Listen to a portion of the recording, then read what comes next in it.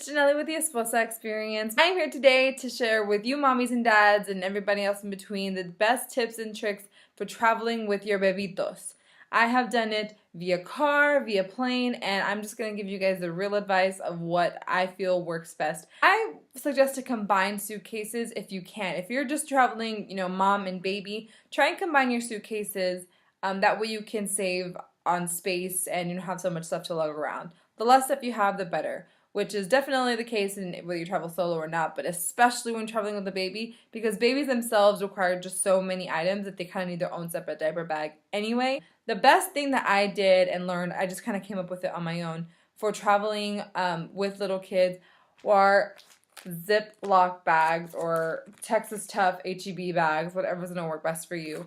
But especially for a little baby, onesies and pants fit great in here. If you just want to grab like a little onesie, fold it, definitely roll because you save lots and lots of space. Roll it in here, stick it in here. Same with the pants, roll it in here, stick it in. And then label it. What I did, I went on a 4-day trip, I believe 4 or 5 days, and I labeled the name of the child because I have 3. And the date, and so I had their outfit that I wanted them to wear, a backup outfit, and I got to throw them back in here when they were dirty, and I saved a bunch of space. Definitely recommend. If you have a bigger kiddo, my oldest one wears size 3T, then get a gallon bag and just roll it up on in there. And if it's fine, you can fit the entire day's outfits in here. Mind you, with some nice rolling and packaging, you can do that and just stick it in there. Name, date, and throw it back in here when it's dirty, and you're good to go. It saves tons of space, and you'd be surprised how much you can fit in Ziploc bags. Tip also, just for everyday life, I do this every day, or I try to do it for diaper bag. This I pulled out of my diaper bag. I have a backup outfit for each of my kiddos in Ziploc baggies. That way they're not just rolling around all over the place in the diaper bag. Definitely the best thing I've learned about being a mom. So if you combine your suitcases, you'll be great. I use Ziploc bags for everything. Ziploc bags all day, every day. When you are at the airport, check in. If you have Southwest Airlines, and other airlines, of course, you can check in 24 hours. Sometimes it's worth paying the extra money if it means being able to check in earlier or being able to get seated earlier. My husband and I went ahead and flushed out like the 25 extra bucks for the early bird check-in with Southwest Airlines.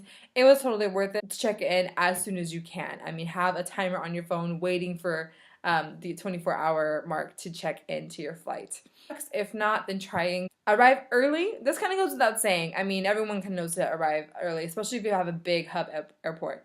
But the hardest thing is to get through security with your kiddos. So once you're past security, it is smooth sailing after that, and they can relax and you can relax and just get to the gate and chill. Be sure to take a copy of the birth certificate of your baby, as well as your license that shows that you are the actual baby's parent, or if you have any legal issues, take any of that paperwork or copies of that paperwork, especially if it's a lap child, because you didn't buy a ticket for them, so they need to know that they're traveling with you. So security. Are you traveling with one, with two? My recommendation if you're traveling with one is to take a baby carrier. Definitely easier to take on and off. You don't really have to take off the whole thing. Most TSA agents will kind of just wave you on through if they see that you have a baby carrier and you don't set the alarm off. It's really not a big issue. If you have a stroller, that's fine, but I've traveled with one baby in a stroller and I had to put the baby down and pray he didn't fall back and collapse the stroller, pick it back up. It was just kind of a lot of hoopla, and no one was around to help me. No one really cared because airports, everyone just wants to get to their destination and go.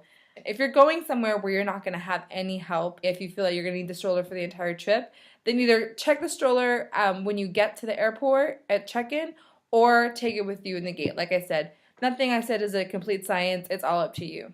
So if you're traveling with two, then that's when it gets a little tricky. That's when I kind of start recommending having the stroller. I thought taking a stroller through security would be such a huge hassle and didn't want to do it.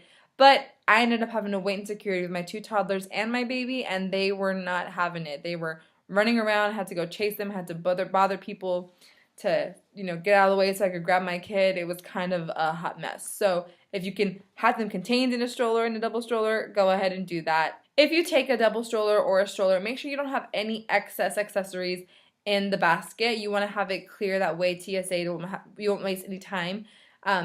taking any of those items out when TSA tries to review it. If you're taking formula, baby food, or breast milk with you, TSA may want to review it. They likely will. So just have it easily open in clear containers for them to take it out, and they'll review it. Sometimes if it's newly packaged, they won't even bother. But usually they do. What I did when I took Ready to Feed formula was I took the on-the-go packets, the 8-pack Similac ones, and I had TSA open one, and they tested it. They didn't have to test all of them because it was a brand new package. So they were able to open the package themselves of all the 8 containers, open the small to-go one, and use it. So I only had an hour to use it. Thank goodness baby had to eat.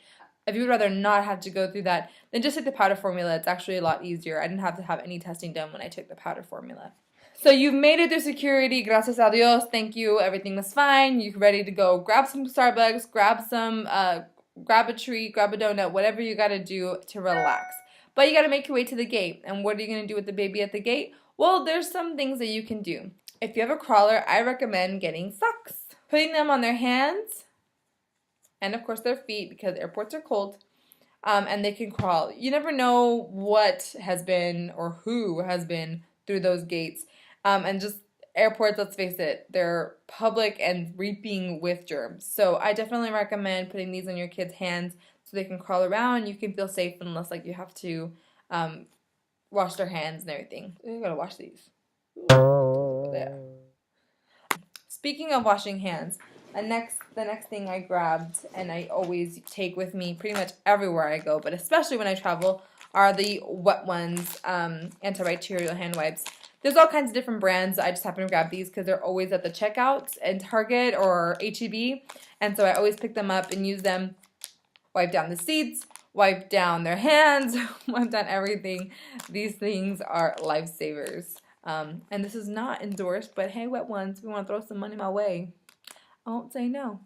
When you're at the gate and you're taking your stroller, make sure you do a gate check. They're going to tag it, and when you get down the terminal onto the plane, you'll be able to lock it down and they'll stow it away for you. Be careful though, they are not liable for any damages that occur to your stroller when you put them away. It happened to me that I put down a stroller with 4 wheels and I came back with a stroller with 3 wheels and no one cared. It was great. No, it's something I forgot to mention while you're at the gate and when you're traveling. I recommend getting a nighttime diaper for your kiddos and getting it a size bigger. If your kid is already in between sizes, definitely go with the bigger size, but get a nighttime diaper just because I feel like they absorb more. And change them 5 minutes before they start boarding. But don't go too early because then your child may soil themselves and it doesn't leave much room. So you made it to the plane. Ignore all those eye rollers and all those people huffing and puffing that you have a baby on the plane. It doesn't matter. They don't matter. They need to get used to it. Babies are in this world, and babies need to travel too. What they want, you to leave your baby at home in a kennel with some food and water? Please, they can get over it. Well, you want to pack for your kids for the plane ride, or for any ride, that is. I gave my kiddos their own little backpacks. I got mine out to Big Lots and got this for like $7, and I put his name on it.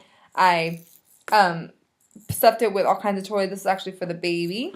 But what I did for these guys was coloring books, sticker books, and actually books they never read before.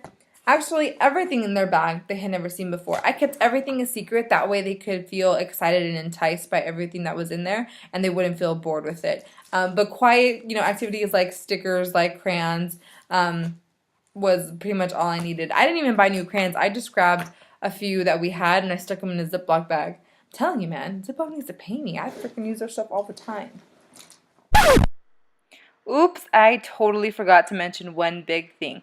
During both takeoff and landing, you're going to want to feed your baby, whether it's nursing, whether a bottle, or give the baby a pacifier.